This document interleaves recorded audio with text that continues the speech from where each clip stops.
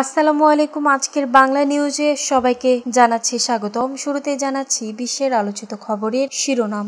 ভেস্তে যাওয়ার শঙ্কায় গাজার যুদ্ধবিরতি আলোচনা। রাশিয়ার ক্ষেপণাস্ত্র হামলায় ইউক্রেনে নিহত 6। গাজায় দুর্ভিক্ষের ঝুঁকিতে 6.5 লাখ শিশু, আন্তর্জাতিক মহলের লজ্জাজনক নীরবতা। থাইল্যান্ডে পালিয়েছে মায়ানমারের শত শত সেনা ও বেসামরিক নাগরিক।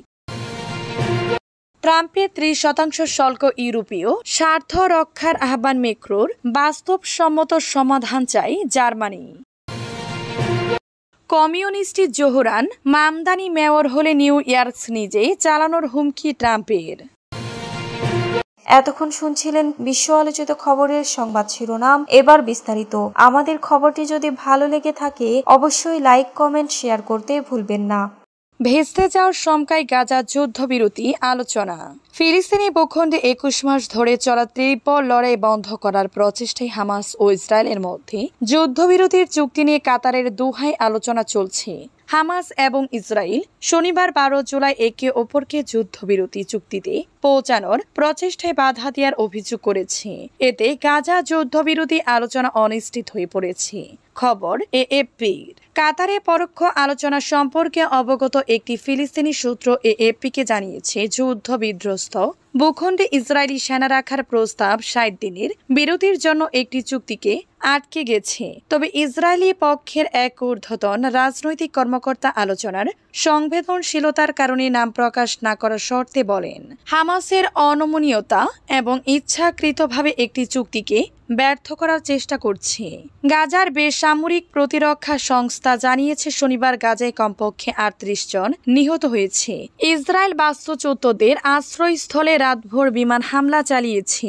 বাসাম হামদান এএফপিকে বলেন, আমরা যখন ঘুমাচ্ছিলাম তখন একটি বিস্ফোরণ ঘটে। 2 ছেলে, একটি মেয়ে এবং তাদের মা অবস্থান করছিলেন। তিনি আরো বলেন, আমরা তাদের ছিন্ন ভিন্ন অবস্থায় দেখতে পেয়েছি।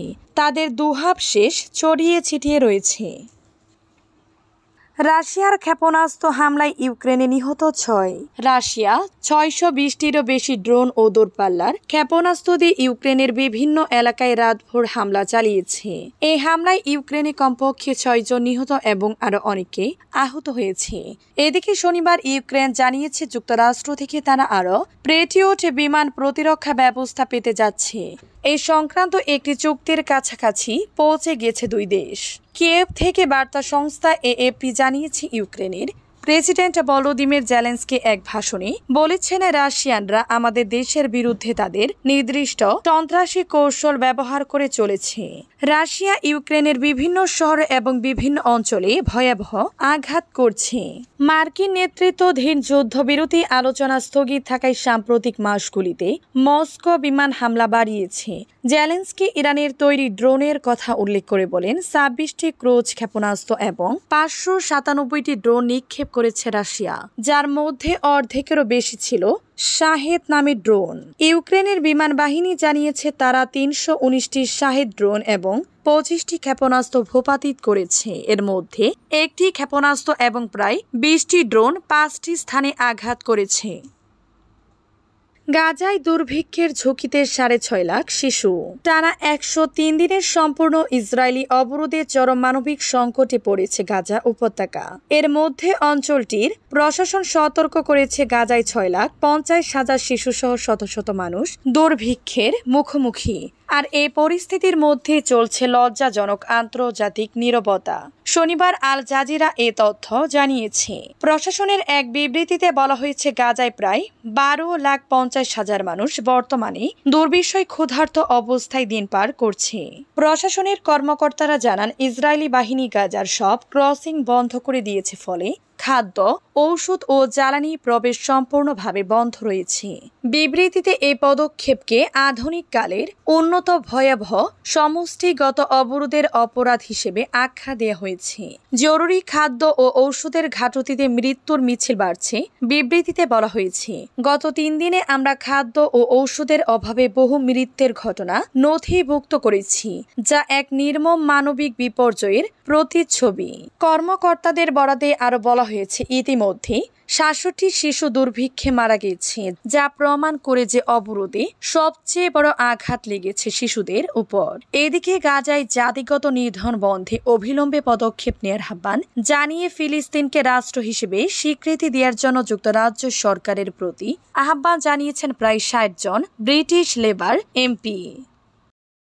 থাইল্যান্ডে পালিয়েছে মায়ানমারের শত শত সেনা ও বেসামরিক নাগরিক। মায়ানমারের একটি সামরিক ঘাঁটিতে জাতিগত যোদ্ধাদের হামলার পর শনিবার ৫৫০ জনেরও বেশি বেসামরিক লোক পালিয়ে থাইল্যান্ডে প্রবেশ করেছে বলে জানিয়েছে থাই সেনাবাহিনী।